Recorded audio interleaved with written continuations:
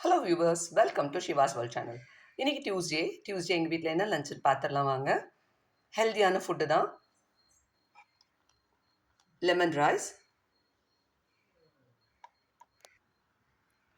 fibre ரிச்சாக இருக்கிற வாழைத்தண்டு பொரியல்,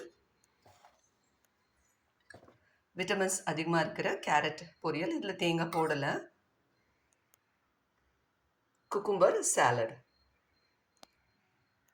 1 bowl of rice, 2 bowls of vegetable,